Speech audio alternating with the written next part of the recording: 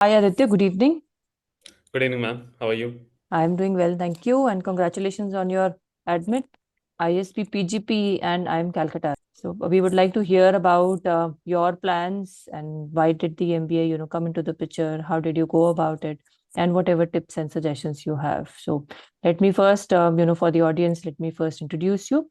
And Aditya has been, so he's been working in marketing and operations, and now he's headed over to ISB for the PGP program. So, Aditya, over to you. Please give us your introduction and tell us about your plans. Yeah, sure. So my name is Aditya, and I graduated in 2019 from engineering. Basically, completed my BTech from IIT BHU, and for last 5 years plus, I am working in marketing plus analytics plus kind of operations space. And currently working at Sibyl, which is like I would say a startup in AI space, conversational intelligence tool, based out of California, US. And I was working as operations lead there.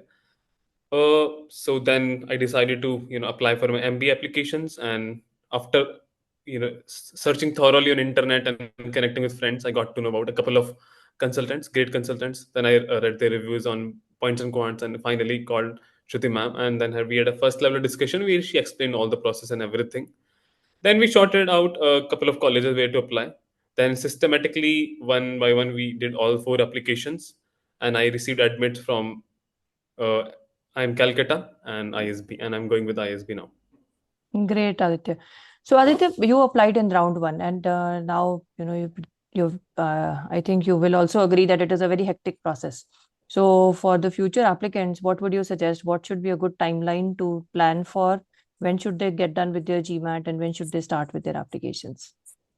Ma'am, yes, round one is pretty hectic, and I think because there is no prior experience of that particular year intake, so even the consultants are sometimes not so sure, though they are very experienced, so they can guide you to the best extent they can. But still, there are no, I would say, data set available for that particular year's admission. So, but round one is also giving more opportunity because there is more space to accommodate any of the candidate with any of the backgrounds. But I would say first part is hiring a great consultant. They could be of great help. Like at face value, sometimes people will come and tell you, okay, consultants are not that much help. They are pretty expensive. But I don't agree at all. I think when you hire a good consultant, it's all worth it. And and you yourself will start to feel that okay, I have fair chance of getting admitted. So same I felt when I uh, came to Shruti ma'am and discussed everything in detail.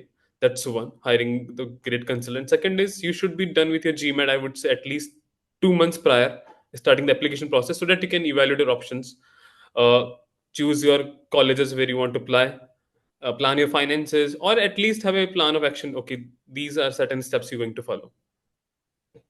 Correct.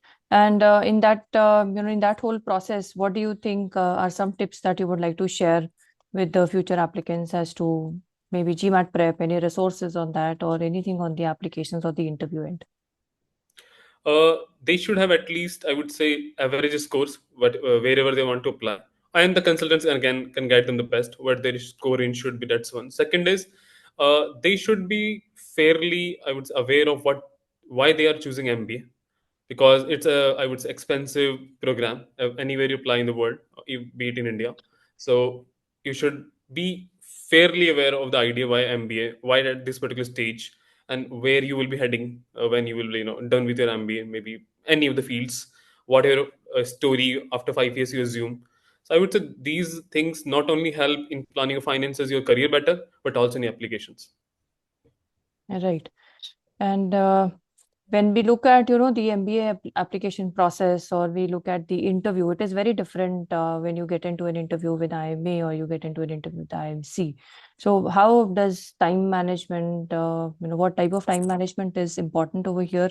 And also what type of, let's say, resource management or planning for going for different interviews? Ma'am, like my experience at 2 3 schools, I would say understanding the process is the most crucial part, because even the IMs, I would say, are not same. Even IIM Calcutta's process is altogether different from IIM Ahmedabad's process. Same it with the case is with ISB. So knowing how the particular college or a particular institute, takes admits. So that's the step number one. And you can again consultant, like in my case, Shruti ma'am, because she's like very experienced. She thoroughly told me that okay, this college have this particular process and something like that. So that's one. Second is practicing enough mock interviews, practicing, you know, like with feedback mechanism in place with your consultants. That's really helpful. And I would say be like communication. I think communication is the prime factor which helped me a lot. Communication is not just how good you speak. It's like how well you articulate thoughts, and understanding what college believes in, what they are looking in a candidate, and what their value pillars are.